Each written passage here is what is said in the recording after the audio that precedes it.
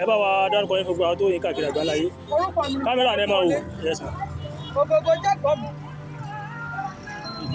Ṣé rí àbá a máa sọ pé wọ́n lóògùn dé òsì ogun ìdílé wa o.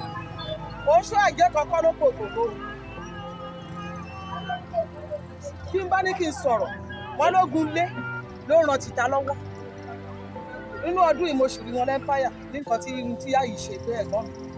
Màá ká pásọ wá gbàdúrà sí ẹ̀rọ ayé ní ga àkọ́ni. Mo ní mo yọ mọ́wẹ́ tó ti rì mọ́lẹ̀ ńbẹ̀, mo wá ń dárúkọ àwọn ẹ̀gbọ́n ẹ̀ tó ti fìyà wọn lẹ̀ tó ti lọ.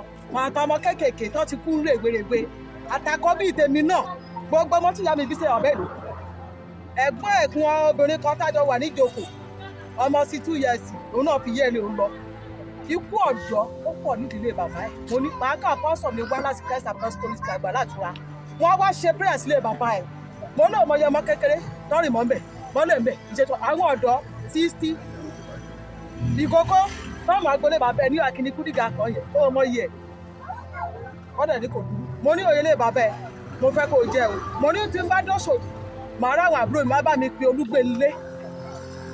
Wájú ilé bàbá ẹ̀ o, akọ́ọ̀nà kò gbọ́dọ̀ parun o, ládẹjọ́ sọ̀dájẹ́ dọ́dẹ́ pàrá.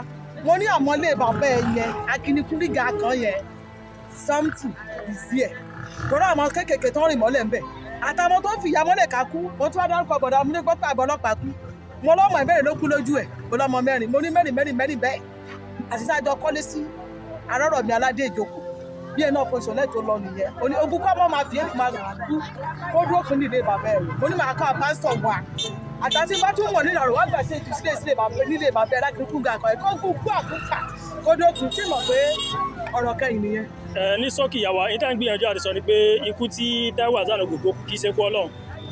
Kì í ṣe pé ọdún àkúfà máa ń wà nínú ìdílé. Èèyàn ti fọ mi jáde ní sọlọ rí. Ọmọ kò gbèrègbè tó ní gbógun kó àkúfà kí n fi bú. Mo tí kò rí ẹ ní kí n ṣe mo ṣe sínú ó hápùn.